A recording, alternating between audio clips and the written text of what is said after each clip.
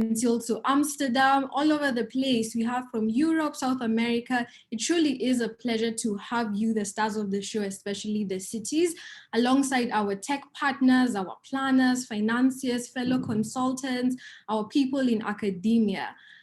So today with me as well, we have Mr. Calvin Chu, the managing partner of Eden Strategy Institute, as well as Callista Thorney, Eden Smart Cities team lead. Now, just a bit about Eden. We are a strategy consulting firm based here in Singapore, specializing in business system innovation. Over the past decade, we have approached the global issues of urbanization, disease, poverty, illiteracy, and exploitation by formulating strategies, models, processes, and products that help our clients create, realize, and sustain their economic impact. Eden plans and sets up industry blueprints, facilitates co-creation workshops, forecasts, and evaluates the impact of policy interventions. Now, since 2015, when we established our smart city practice, we have supported governments and corporations to successfully bring smart city innovations to market using both qualitative and quantitative research, but also engineering, business planning, partnerships, and of course, impact assessment. Now, aside from our smart cities, we also have other practice areas such as education, innovation, healthcare, future of mobility, social enterprise, and the emerging middle class. We first embarked on the ranking exercise in 2018 when we released our inaugural edition of the top 50 smart city governments. So in this inaugural edition, we assessed 140 cities along 10 key parameters, which Callista and Calvin will obviously tell us more about. But this also brings us to what you gathered here for today, which is the launch of our newest edition, the 2020-21 edition of the rankings. Now, as you can see in the agenda displayed, we have two main parts actually for the next hour. So first off, we'll start with our managing partner, Calvin Chu, who will answer some of the more fundamental questions of this study. So some of you may actually be wondering, what do we mean by a smart city and why should we have rankings? So Calvin will address these questions. Next, our Smart Cities team lead, Callista, will walk us through some of the key themes and trends that arose in the course of our study. Then, of course, it will be your time and opportunity as the audience to ask some of your most burning questions in our Q&A segments. So without much further ado, I will pass it over to Calvin to start us off. Thank you and enjoy. Thanks, Emily. Hi, everyone. It's really nice to see everyone here. Many friends in the smart city space. It's really a pleasure to be doing this. I think there's been a lot of excitement about how everyone would do across the cities for this set of rankings, and I'm really happy to unveil that very shortly. But maybe a couple of words first. For some of you who may still be wondering about, what is this topic that we are doing, and why do smart cities rankings? I thought it's maybe useful to start off first just talking a little bit about definitions. What is a smart city? I wouldn't belabor this, but there are many terms thrown around: high-tech city, network city, intelligent city, and smart city, and things like that.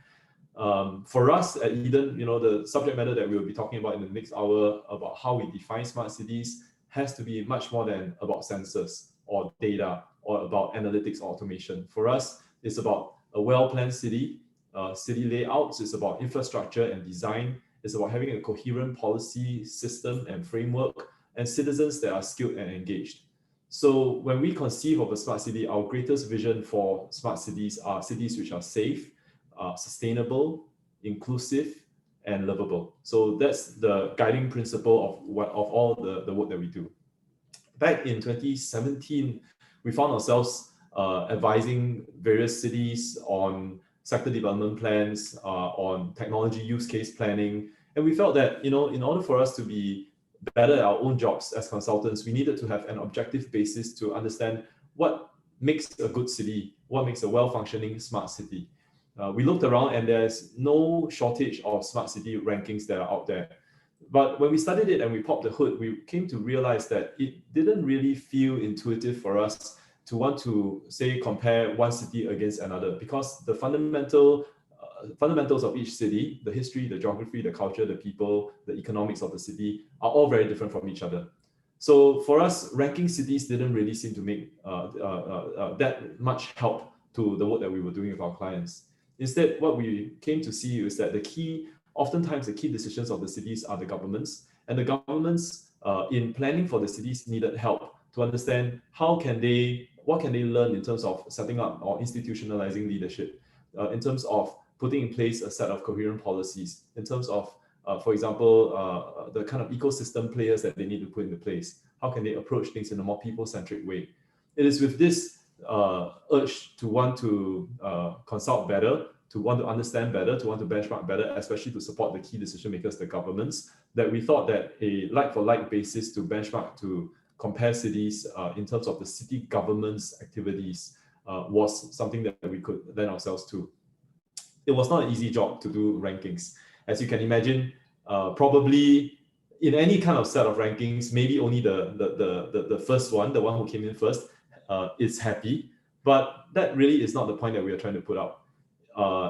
As I talk shortly about the methodologies, you will see that every single one of these top 50 smart city governments are amazing as a cohort. Every single one of them are worth celebrating in its fullest form, right? And the methodology that I'll shortly be talking about, the rigor that we put into it, qualifying from 235 cities into this 50, is intended to celebrate all 50, right? Everyone is different, everyone is doing amazing. So I think the point, although it has to take the form of a ranking, is really not about where your rank order is, but that if you made it to this list, I think there's tremendous value that you can bring to teach the world and to show the world. That's what we are here to try to facilitate. So to celebrate the best of the best, the methodology was fairly consistent from when we had done it in 2018 and 19. Before, what we had done was we basically did an exhaustive search to broadlist 140 cities in the first round that we had done it. Any city that came up with a smart city in the real term, the real usage of the word smart that I talked about earlier, we will have broadlisted them and then we have studied them. So from 140, that's how we went systematically down to the top 50. This year was no different. We looked very broadly and globally there have been many developments in this space. So about 235 cities came up, qualified in this broad list. We studied it, we reached out to all of them, we did a call for proposals, and we studied the information packs, we conducted interviews with them, and on that basis we had from the 250 shortlisted it, and then we went through a very, very detailed process of making sure internal consistency is important as well. So if somebody is, for example, ranked number 1 versus number 2, we have to be really absolutely certain in the way that we go about it across each of our 10 metrics that in fact, in totality, number 1 really did better than number 2, that we shouldn't have a space for internal inconsistency, even among the 50. There were 10 key variables that we had studied, and here you see them. From vision, leadership, and budget to the kind of incentives that the government will put into place, the support programs, and also with a people-centric approach, the idea about how ready the citizens are for a smart future, as well as the kind of the degree of people-centricity that the smart city programs and platforms and projects were being created. The efforts taken by the government to set up innovation ecosystems, the kind of institutionalized smart policies, and the track record of the government as well. So the only one of these variables, which is the track record, is intended to show not so much did you do project A or versus another city's project B, but to be able to show that whatever you have set out to do in the first 9 have in fact been executed, and you have had a history of successfully doing so. So these are the 10 key parameters. Across the 10 parameters, in our first round when we had done it, it was also a learning process where iteratively, when we are engaging with the cities, we learn new things, and then we might have revised the one or two of these variables and gone back again to reassess the past set. So with the 10, we are fairly comfortable. Since 2018, when it had come up to right now, 2021, we have been fairly public about this. 250 over media outlets have picked up on it. We are engaged heavily on many fora, from the US to Australia to Europe and all over Southeast Asia and Asia Pacific, and testing and sharing these insights, sincerely wanting to also refine our methods. And I'm glad to say that so far the 10 variables are still robust. Everyone, there's no critique, no real critique about it that says something is not valid or things like that. When we go to the nitty-gritty, basically for each of these variables, we had spec'd it out into very simply a low, a mid, or a high, or sort of exceptional in rare cases. So if you think about it, it's a 1, 2, 3, 4. For each of the 1, 2, 3, 4, we allocated a rank based on how we operationalize what low, mid, or high on each of these 10 variables would look like, or an exceptional. And on that premise, we calibrated them, and within the minor calibrations, that's where the decimal points come in. That allows us in totality to be able to see how things will pan out across the ranks. So we've been very objective about it. We've also taken efforts to ensure that in addition to whatever has come out in the news, the language issues are taken care of, as well as in terms of geographic representation, certain regions may not be so well covered in media, and we will make sure that we will round robin, we'll get referrals from the smart city community that we are thankfully plugged into, to make sure that all of these cities, whoever is doing good work, we want to be able to fairly evaluate and study them. This study, I have to stress, is an independent study, so we are not taking any sponsorship. This is completely commissioned in-house. We are a global firm. We have expanded from Singapore, offices in Europe, in the US, down under in Australia, and in a couple of places in Southeast Asia. So where our own country of origin is should not factor into this in terms of the objectivity of the study. None of our clients, with sort of a declaration, none of our clients factor into this, and this has not been an easy journey because we have many clients and friends in this space, and unfortunately sometimes we have to tell them that you may or may not rank highly or appear on the ranking at all, and that's okay, right? Because I think the spirit is to, if you think about the thousands of cities that are out there, the top 50 is really only a very small minority of cities that are there. With that said, this year what we have also done was we created an additional section of regional highlights. So in Latin America, in the Americas, in Africa, in Asia, we also picked up 5 interesting cities that we very much like, but did not make it onto our rankings, the 50 rankings. But we are also celebrating nonetheless because they are doing something interesting and noteworthy. So this year's report is a bit thicker than before.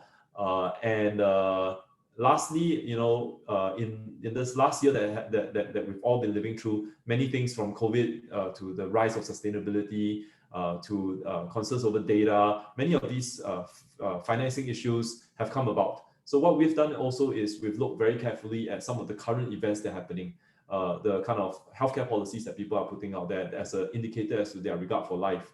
Many of the social compact issues that we are facing, political upheaval issues that we've observed.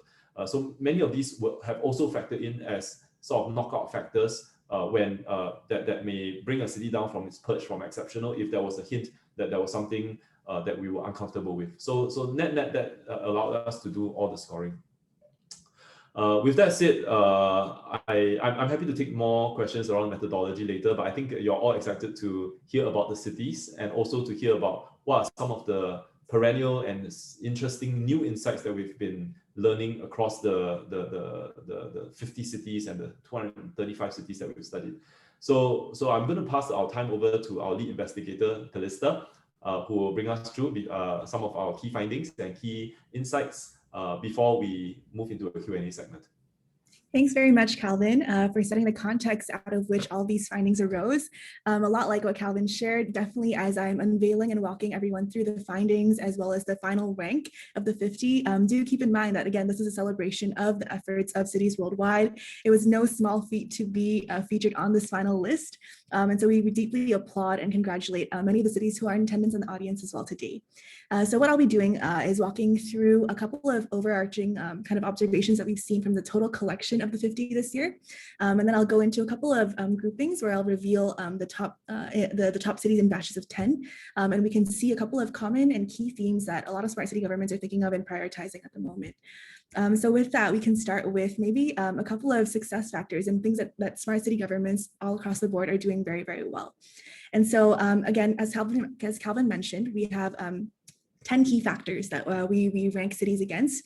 And fortunately, many of the smart city governments today are doing very well in the area of track record, meaning that a lot of them have a lot of really successful initiatives that are on the way. And this is quite expected because the smart city ecosystem is maturing and a lot of these initiatives are coming into fruition. So we've seen that a lot of the cities that we ranked have scored very highly in the track record parameter, and the same with the innovation ecosystem parameter. So I think smart cities are often synonymous with this innovation space, and we expect smart cities to be the origin location of where a lot of these new initiatives come about. And so city governments have actually been very key and critical in leading these collaborations and catalyzing innovation within their cities through regulations, through funding, through attracting these different companies to come on board.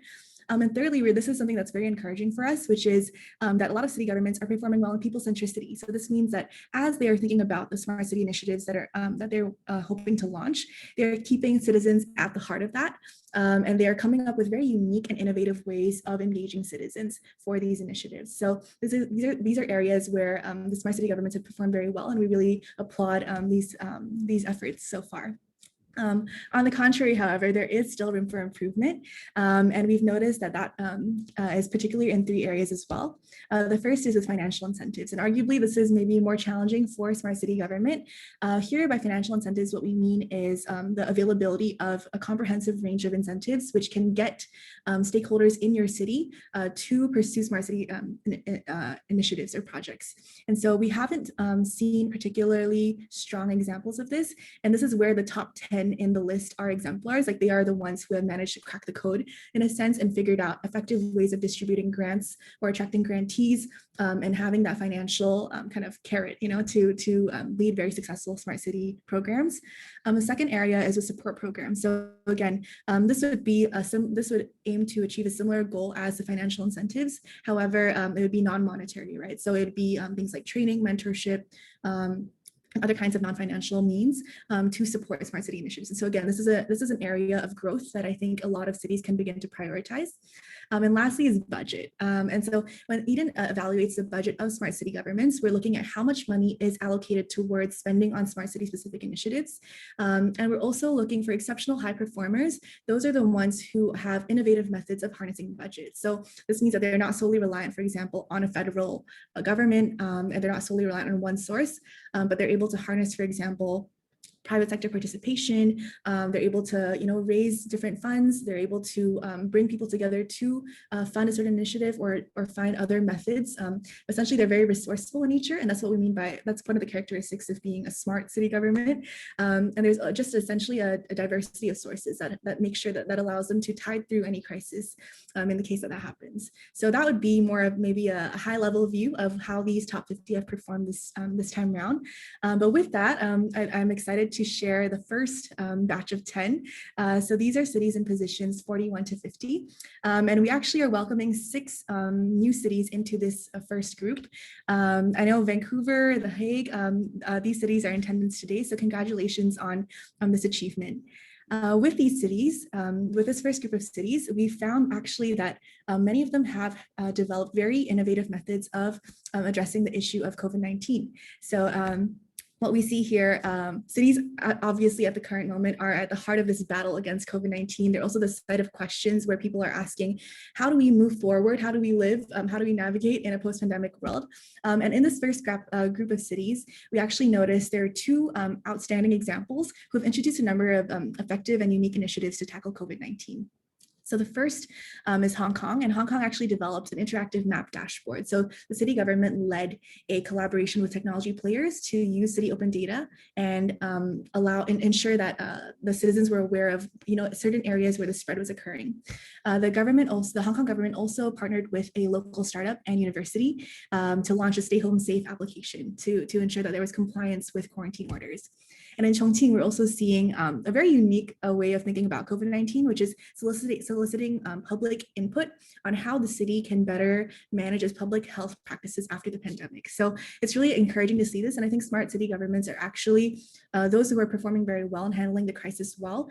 The government themselves are very key in driving this effort. So from screening to testing to the provision of treatments, vaccine distribution, supporting local businesses, addressing digital inclusion, These are all areas in which smart city governments have had to act. And our publication this year actually covers a wide range of those practices that have been very effective. So that's something that we'd love to highlight for this first group of 10 cities. Moving on to our second batch of cities in positions 31 to 40, we also welcome a couple of new entrants, including Adelaide.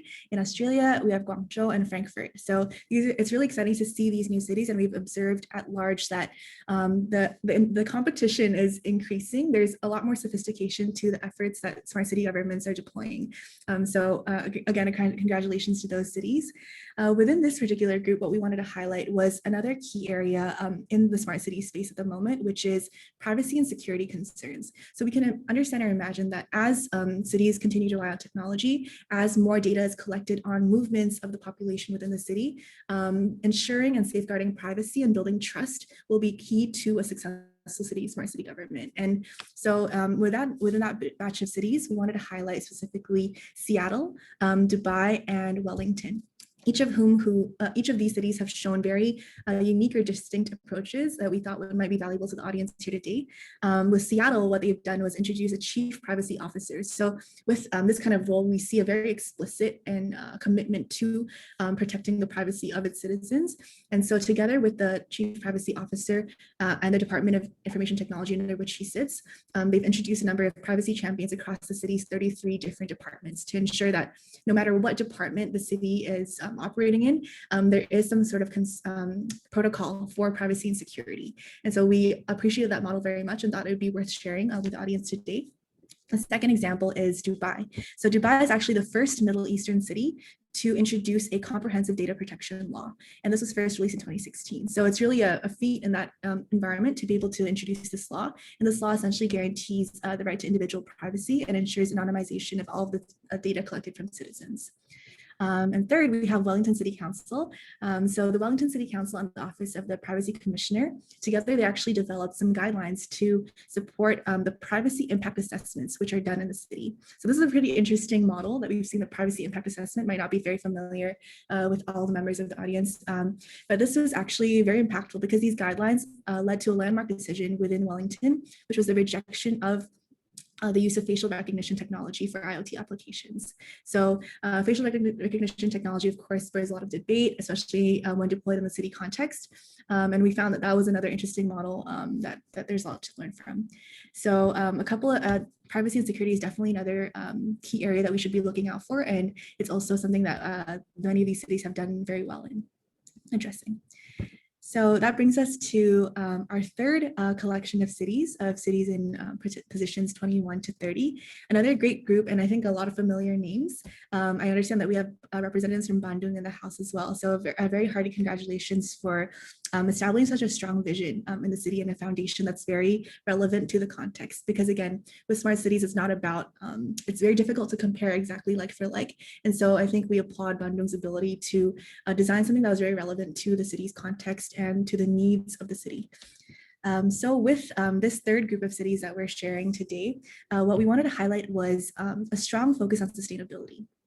So sustainability, we've observed over the study of the many, many plans, 230 cities, has become an increasing priority in the smart city government space. So many of these city governments have been taking the lead in announcing, for example, energy reduction targets, carbon emissions reductions targets, or increased goals for the percentage of renewable energy that the city uses. So these are very much exciting. And I think we can all agree that climate change is a very urgent and pressing matter. So to see that as being prioritized at the city level, where a lot of change can occur, is very, very encouraging for this space.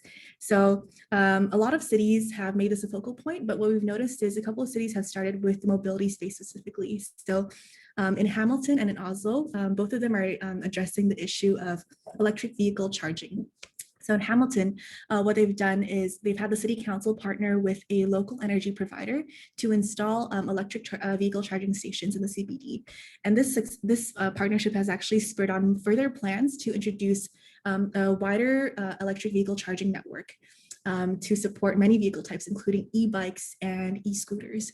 So That's something exciting in this space. And in Oslo as well, which is the world's EV capital, as they call themselves, they've also accelerated electric vehicle adoption by creating some financial incentives and grants so that the purchase cost of an EV is offset, and property developers receive some financial incentives to build charging stations in their respective sites. So I think it's exciting to see. It's obviously not just a mobility dimension. There are many, many others that are tackling from the buildings perspective, from the energy perspective. So again, a very exciting space. And I think a couple of cities are also doing a lot with citizen education. So what we've noticed is for this sustainability initiatives to succeed, for them to really be relevant and touch the lives of the citizens themselves, a lot of cities have, such as Frankfurt, have gone ground up, and they've introduced, for example, sustainability into education programs. So in schools, students are being taught, and this is again a city government-led effort and initiative. So it's great again to see a lot more cities taking the lead in the sustainability space. As we move on to the next group of cities, which is nearing the top 10 now, we're in the top 20. We're seeing Tallinn. So I understand Tallinn's in the audience, so is Moscow. And really a great congratulations to these two cities and the cohort here for their many initiatives. What we've seen for these cities in particular that we wanted to highlight is actually some changes in funding and financing. So as Calvin alluded to earlier, often it takes a lot of, and in the budget area, it often takes a lot of creativity to be able to secure the funding necessary to run smart city initiatives. So we thought that two cities or two kind of efforts here would be worth highlighting and might be of inspiration to the audience. The first is Columbus, Ohio. So Columbus was actually the winner of the United States Department of Transportation's Smart City Challenge. And having won, the city set up the Columbus Partnership to facilitate partnerships between CEOs of local organizations and the city itself. And through this, they actually set up an acceleration fund which matched funds to fund smart city initiatives in the city. The second initiative that we wanted to highlight was the Nationwide Smart Cities and Suburb Program, which was introduced by the Australian national government. So the Australian National Department of Infrastructure, Transport, Regional Development and Communications introduced a $38.6 million budget to benefit all city governments to apply. And so Sydney and Melbourne would be cities that benefit from this particular program. And we're seeing that as budgets are shifted here and there, as they're becoming tighter, being able to harness and resourcefully command this budget to fund the initiatives is key to their sustainability, because obviously, as we mentioned earlier, it's difficult to just be relying on one source of funding. It's hard to move forward. And I think getting private sector partners involved, adopting like a vendor model, for example, those are all things that we've seen the leading city governments adopt. And yeah, so that's been very exciting to see in the space.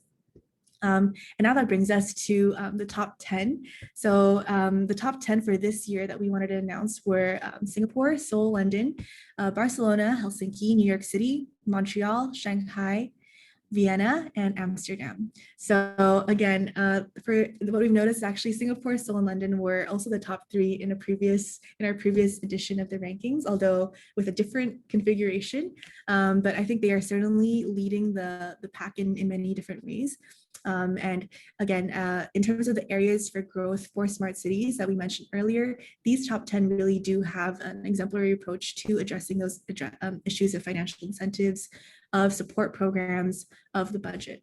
And so with these three top 10 cities, we wanted to share a little bit about what they've been doing in the inclusivity space to build more inclusive smart cities, because even though we're building, there's a lot of concentration of the debate on technology deployment and, tracking data.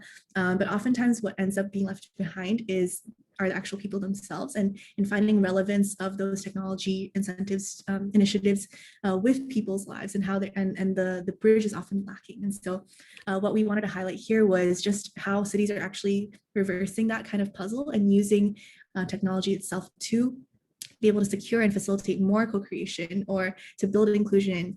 So the 3 that we highlight here are New York City. New York City actually developed the Mayor's Office for People with Disabilities. And so this office has been central in championing the needs of persons with disabilities across all of the city's offices. And so the MPOD actually MPOD actually meets with parties such as the CTO, the Chief Technology Officer in New York, the CIO, the Chief Information Officer, to better understand how some of the smart city initiatives might be able to better support the needs of persons with disabilities. As we move over to Barcelona, they actually introduced a participatory decision-making platform called Decidim, DECIDIM. And this platform actually allows citizens to contribute and share their ideas, to vote and essentially communicate better with the city government to ensure that city government is aware of what kind of initiatives they would like to see, areas of improvement, and to ensure that citizens have a voice in shaping the future direction of the city. And lastly, that brings us here to Singapore, the top city this year. And here we'd really like to applaud Singapore's digital inclusion efforts, because we understand that Singapore in particular has an aging population, and as the aging population increases, I think, and there's an increased number of digital initiatives. It's very important to ensure that that population is, well included and well aware of how to use those, because we can easily imagine how a future where digital payments are the norm, where everything is done online, orders are made online, transactions are made online, bills are made, and taxes are paid online. It's very easy to leave behind a non-tech savvy kind of population. And so Singapore has actually launched a digital ambassadors program that we deeply laud, because it's really a lot of on-the-ground effort, going down onto the streets, speaking with hawkers and speaking with older members of the population to ensure that they're well aware of how to use various instruments, various programs and services that the Singapore government is offering. So in totality, there were 5 key themes that kind of came across through our study. The first was that of course, COVID-19 and how cities can be using their technology to better address this pandemic and to navigate the future of what will happen next. There is the theme of privacy and security. So as cities become more technology dependent, what are the different methods or means to protect citizens' information, or at least make them aware of how their information is being used, and whether there might be security concerns or privacy concerns that they need to be aware of. The next is in the area of sustainability, as cities aim to be carbon neutral or aim to meet other forms of energy usage targets and carbon emissions reductions targets. Cities are doing a wide range of practices here. And again, this is becoming at the top of their agenda, which we're very excited to see. Cities are also changing the way that they're doing financing. And so they're coming up with much more creative methods of securing and harnessing funding for smart city projects. And lastly, as we mentioned here, amidst all of this, I think what our house view is that inclusion should be held paramount. And it's not so much a question of what is the next smart city initiative we're going to deploy, but how can it really touch every single citizen and really benefit every single citizen regardless of their age or technology savviness, so that they really enjoy the benefits of living in a smart city that's sustainable, that's lovable and inclusive. So with that, I think that concludes our brief presentation, and there's many more insights that we're sharing in the actual copy of the book itself, which you're able to access on smartcitygov.com. So thank you for allowing me to share a couple of our key findings from today's Smart City launch. All right, Calvin, are you there? Yeah. Okay. So thank you so much, Calista. There's a lot to go through. We're going to go into our Q&A segment now. Very happy to take questions from all of you. I'll start off with a couple of questions, but before that, I just wanted to say that, we wanted to keep this session reasonably compact. And if you can imagine having probably more than 10 people working on this over almost a year, the range of insights that we have, spending an hour together will not do it justice. So this book that we are publishing, just to give you a bit of a sense, it just probably stretches close to 200 pages. There's a lot of rich insight in there, and in my view, it's a tremendous asset for myself when I go into any city to just see the range of things that people are doing. So I'll just strongly encourage all of you, we've made it freely available. It's complimentary. You can go online to www.smartcitygov.com, our microsite there, and you can download it freely and you can study it. And you can come back to us with questions anytime as well. I wanted to also say that we have a hard copy edition that we are happy to send to anyone anywhere in the world. We just need to cover our printing and postage costs. So just let us know. there's a link on the website also that is available for that section that has some bonus content. So what the 5 key mega trends that we've picked out that Calista just had gone through, we've elaborated on them in great detail, where you'll see hundreds of examples of interesting cities attacking all these issues of sustainability, COVID, digital inclusion, financing, and data and security. So I wanted to just let you know that that's available as well in this our premium print edition for that. With that, maybe we can go into some Q&A. I would encourage all of you to use the Q&A function below. But just to start the ball rolling, I thought I would maybe ask Kelly a question first. Maybe you can talk, Kelly, about what you have seen to be the biggest changes observed among smart city governments between 2018 and 2021. What has struck you, and what has been most surprising for you?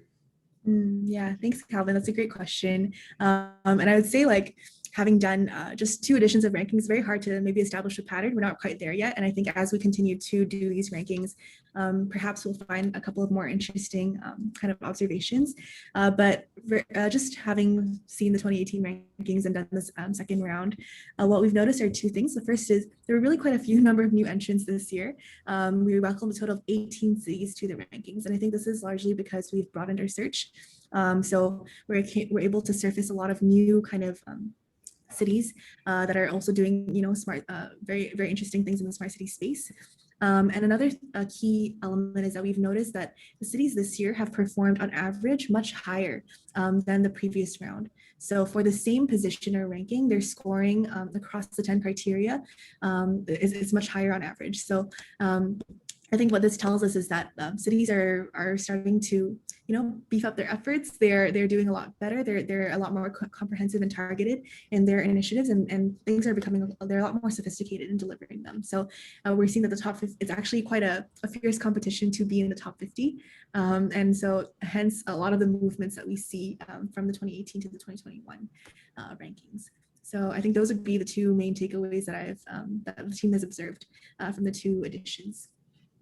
So there's a question I'm reading on the Q&A blog about why some cities dropped entirely in the rankings. Again, this is a 50 out of thousands of cities and a couple hundred that we studied. It's a very, very competitive ranking. It's I think less.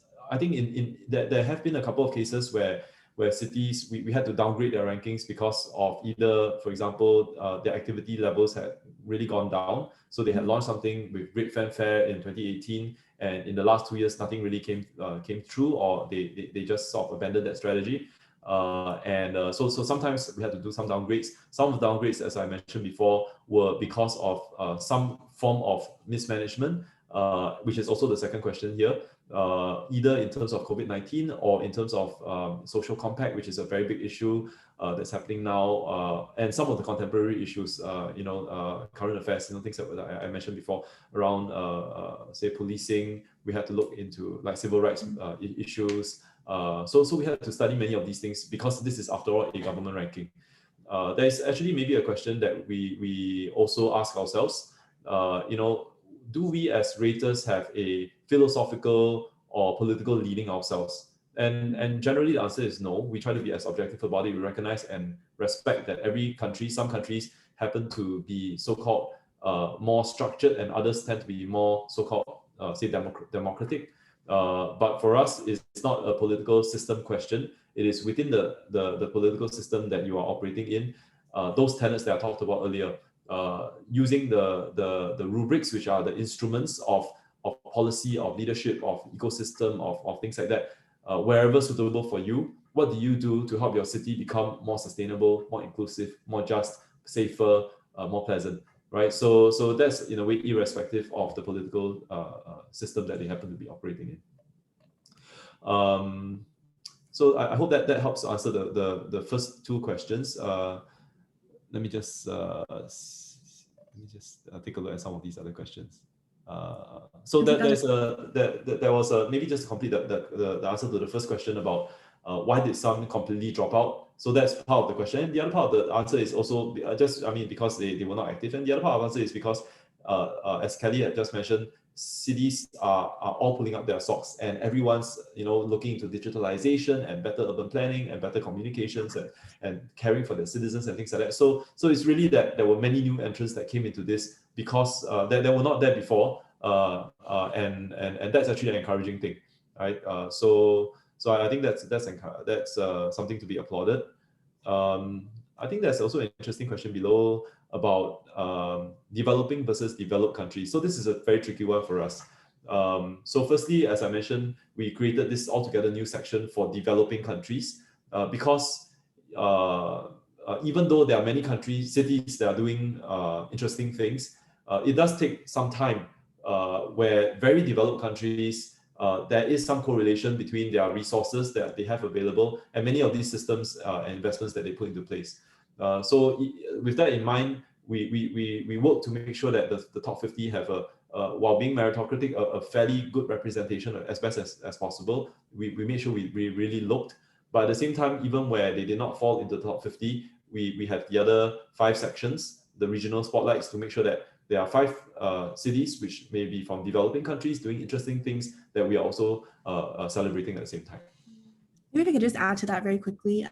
One great example that I like to bring up is Banyuwangi in Indonesia. So I think Banyuwangi's governor has had a very localized approach to the way that he's introducing smart city incentives, initiatives and innovations. What he's done is recognizing that a lot of the cities surrounding areas quite rural. He's actually, and they typically raise cattle.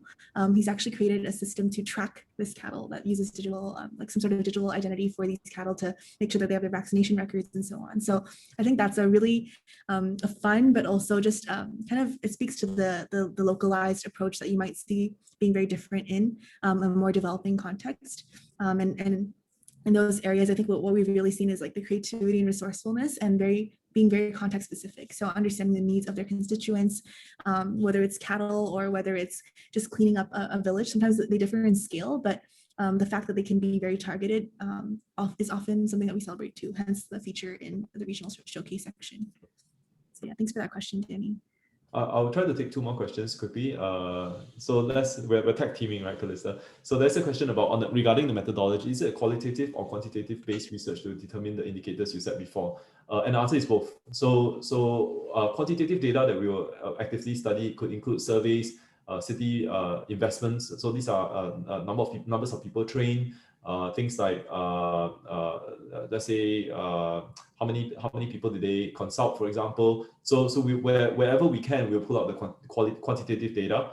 There will be also qualitative information around the kind of leadership, the kind of institutionalization, the kind of quality of the policy, the way that it's been, the track record, for example. Many of these are qualitative in nature, and our job is to piece together the quant and the qual into quantitative variables or rubrics that we will then score quantitatively. So we have to translate the qualitative into quantitative, and that's where a lot of the judgment to say, look, City A did this qualitative policy, City B did that qualitative policy. In that respect, we will probably both, if you think back about our rubrics, it's a score of 1 is hardly in place. A score of 2 is on any of the rubrics would be essentially they have some elements in place. A score of 3 is like it's very comprehensive, it's pretty it's well thought out, and a score of 4 is really best in class, is original, is exceptional, is highly creative and very successful.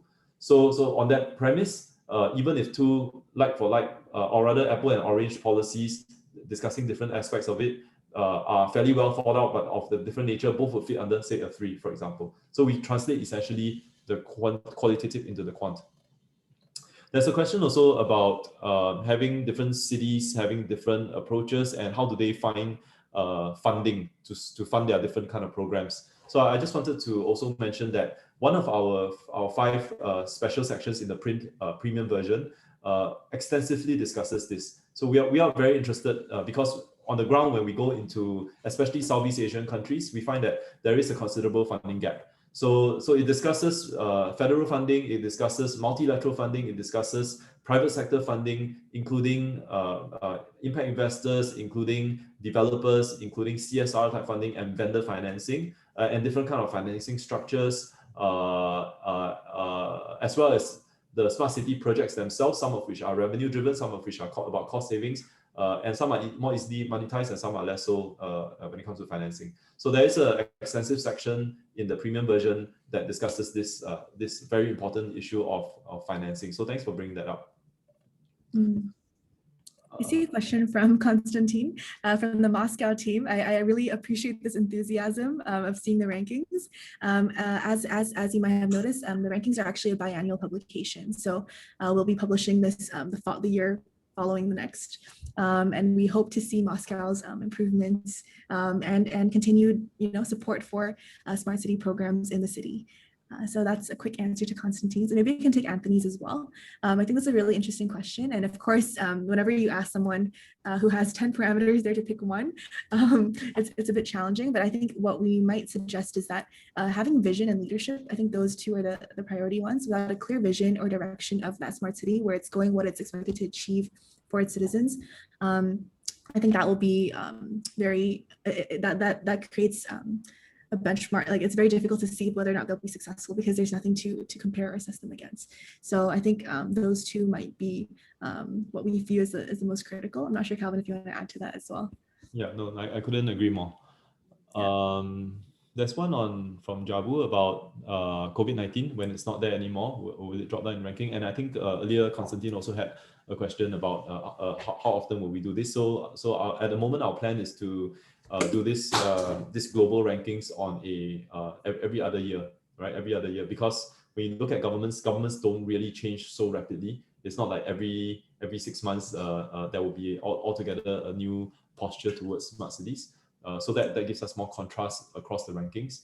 And in the next set of rankings, which should be the 2022 rankings, 2022-23 rankings, we really hope that COVID will not be there anymore. And by then, I think the basis of evaluation for the country against COVID-19 will certainly look very, very different. In this current rankings, of course, some cities are more affected by COVID than other cities, and the degree of responsiveness of that city, for example, a city that's heavily affected by COVID, that has been for example, New York City is one such example. Paul was going to be here, but the time zone, he told me he couldn't make it, but at the end, geographically, for example, for New York City, sitting in the crossroads as one of the key entry points from Europe, where there's a very heavy, serious killer strain for coronavirus coming through New York City, and of course the density of New York City resulted in, of course, how they were affected. But I think what's as important as that is how they then responded to it. All the multi kind of dimensional methods, from economic support to looking after the digitally excluded, of course, to the healthcare aspect, that you guys can read about also inside the report, that we found to be quite encouraging. So yes, different people are affected to different degrees, and when they really step up, especially if they were heavily affected, that's where, of course, we would recognize that. Ken has a question on decline in overseas visitors due to the pandemic. So the visitor friendliness of a city, we would not really look into it for a ranking of the government. So I think there will be many strong ranking systems that are out there. I think some of the universities, IESC, a couple of the other consultants also do city rankings. And when they're actually looking at the actual city, they would talk about how tourism centric and things like that, or its heritage or its infrastructure. So I think Kelly, just jump in otherwise. But for us, we didn't go out of our way to evaluate the city itself. Again, this is a government ranking, right? Kelly? Correct. Yeah. I think we have two. One from Charles in the comments, sure, about driving cultural change in cities. I think this one is a little bit hard to capture in this particular ranking exercise. It's more of a long-term kind of journey that they're on. But I wonder if you want to share any examples that you've seen or just trends that you noticed. Yeah, no, I mean, Charles, nice to see you again. I couldn't agree more. The technology is really so-called the easy part, and I mean, just to give you a bit of a sense about how we have seen, in a way, our own crusade. We are not a technology vendor ourselves, and it's we have many technology partners, and when we talk to the cities, we are tremendously grateful for the entire technology community to have driven this agenda, and I think seeded the genesis of smart cities in the first instance. This is going back maybe 15, 20 years. So I think that the work that they have done to create this awareness is tremendous. What we find tricky sometimes that the tech vendors, our partners, tell us also is when the cities themselves don't really plan for the actual problem definition that they are facing, and they onboard, another say another fleet of smart lighting, for example, and hope that can help them. Oftentimes they end up with a white elephant. And even the technology vendors themselves, our tech partners, tell us that that's not what they want either. They want their technology to be well used. So that requires the cities to really invest in understanding their assets, understanding their aspirations, co-creating with their citizens, make sure that they are really solving the most pertinent, most material issues of that city. So for the last couple of years, our entire so-called agenda, every time we talk to the cities, has been about trying to get them to put cities, for the cities to put people first, right? Having a tight problem definition and not solution first. And if you think about what in a way our future outlook and what we hope for smart cities altogether, over the last few years, we've noticed many pilots, technology pilots, many apps, many platforms, and proof of concept studies and things like that happening. At the same time, there has been also an encouraging amount of growth of people thinking about the role of people in smart cities, design thinking, co-creation, and things like that. So that's a very encouraging sign. Going forward, our wish for smart cities is that it's I think less critical to have even more new initiatives. But the question I think for cities to really grapple with is how do you deepen and scale up their smart city programs such that many aspects of citizens' lives are meaningfully impacted by the outcomes of smart city initiatives. So for us, it's really about how do you help to Ken's point earlier, your interactions with the city become much more enjoyable. How do you help infrastructure that just works seamlessly? Technology is there, but if technology can be invisible and really help people in their day-to-day interactions, I think that's what we really aspire to. How do you have better health and safety? How do you have tighter relationships with those around us? And how do you have just more pride and social compact and economic growth within the city? These kinds of aspirations for the city, when you put good planning, good technology, and good systems into place, are what I think smart cities should really be about. To directly answer also what you're saying, I think within our rankings, probably the best examples of that can be found in our very last, number 10, our rubric around track record, that cities which have successfully pulled off this extremely difficult endeavor to transform their city, transform the pulse of the city. I think that there's an abundance of examples of cities in there who have done well there. So I strongly encourage all of you to take a look at that track record one. And also when we talk about people centricity, there's a lot of this behavioral change, a lot of workshops, a lot of collabs, a lot of mayors going to the very last least included disabled person, for example, to be able to engage with them and make sure that they are well looked after. So these are things that really encourage us and make us so enthused and so privileged to be contributing to this space. We are at 6:01. Kelly, do you want to just take the last two? Take the last two. Sure. So I think for Jillian's question, I think that's a great question. It's something I would actually cover in a lot of depth in the publication as well, in the Achieving Smart City Carbon Neutrality at City Scale article. But I think what we appreciate about your question, Jillian, is just bringing back this question of like the smart city, the smart technologies themselves. What's the carbon footprint that they bring into the city? I think that's definitely an interesting question. We haven't particularly seen it as part of the debate yet. I think cities are very much still in target setting mode. Maybe a couple who are a little bit more advanced have started to consider this as well. But it's still an area of exploration, I think, and something that we should be increasing cities' awareness of. So that's kind of our take on that. In terms of how we'll address in the rankings, any thoughts on that, Calvin? Yeah, I right now we're launching the Smart City Index. I shouldn't be fast forwarding to launch our other major initiative at the end of the year. But I just wanted to maybe talk very briefly about this. From our many engagements with smart cities, there has been a lot of interest over the last 2 years in what the future of mobility will look like. And within that, we've invested the last couple of years to build up another study that we are going to launch later this year. So just stay tuned. which includes a tool that looks at the total impact of various mobility technologies, including safety impact, noise impact, certainly environmental impact, and that circularity and also that materiality of different kinds of sustainable technologies should also be addressed inside that. So that I think that framework is quite helpful. It's replete with data, empirical, strong, proven sort of peer-reviewed data on various kind of impacts of various mobility types, such that policymakers can make an informed net decision of all the benefits to do with different kind of mobility options, as well as the different kind of costs, human costs, environmental costs, and so on, and economic costs. So I would just encourage you all to stay tuned for that. That will come out later this year.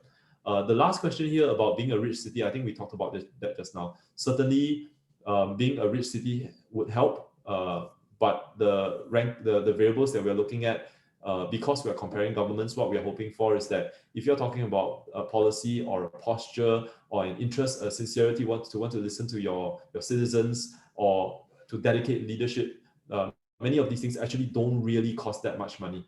So it's our hope that with rankings like this, city governments all around the world can benchmark, can build range, looking at each other, and can collect the best practices, and without having to invest an arm and a leg, still be able to improve on their smart city outcomes. So I think we covered most of the questions. Thanks so much for bearing with us. If you could hold on for just another couple of minutes, Wai Hui Ni will bring you through how you can avail of the study. Thanks everyone, and look forward to keeping in contact. This is a fantastic community. I really appreciate all of you tuning in. Wai Hui Ni? Thanks, Calvin, and thanks, Calista, also for just walking us through the study, and especially for the participants. Thank you so much for actually raising such important and thoughtful, critical questions. I just want to really reiterate actually one of Calvin's main points, which captures the spirit of this study, and really at the core of this ranking is thinking about how you center the needs and support the aspirations of your citizens. So thinking about the different initiatives that Calista highlighted, I think the question that we should also be fundamentally asking ourselves is, what can we learn from this approach? How have the citizens been centered? And how can we think about our own context and really replicate that sort of spirit? So thank you once again, and we look forward to continue to engage with all of you here today as we continue to really build a community of global smart city practitioners. So as mentioned earlier, you can access actually our 2020-21 report, and the link right there is displayed on your screen. We also have a premium hard copy edition with exclusive content on some of the topics raised. So COVID-19, thinking about carbon neutrality, as well as smart city financing, which is a topic that came out in today's discussion. So you can also place an order through our microsite, which is displayed on your screen now. So also feel free to contact us if you have just any more questions about this particular aspect. And also almost finally, so just give me a few more minutes of your time, we also have our City Smart Media Kits for the top 50, but also for the regional 30, which are available for purchase. So some of the contents of this different media kits include customized logos. So you can see, for example, some of the logos that are displayed. We also have article features, also master classes. So this media kits will really give you an opportunity as a city to showcase your initiatives and your efforts to your different stakeholders. So you can place an order through the microsite, and you can also just get in contact with us and let us know what your particular needs may be. And finally, the party doesn't really stop. So over the course of the next few weeks, we'll actually be hosting 3 panel discussions on some of the key themes that emerged in our study that we've actually touched on a bit today. So you can see smart city financing, COVID-19 sustainability. So do look out for an email soon, just providing further details of this event, as well as just registration confirmation. So once again, thank you so much for tuning in. Thank you for the questions, and we look forward to continue to engage with you. Do have a good rest of the day. Bye-bye.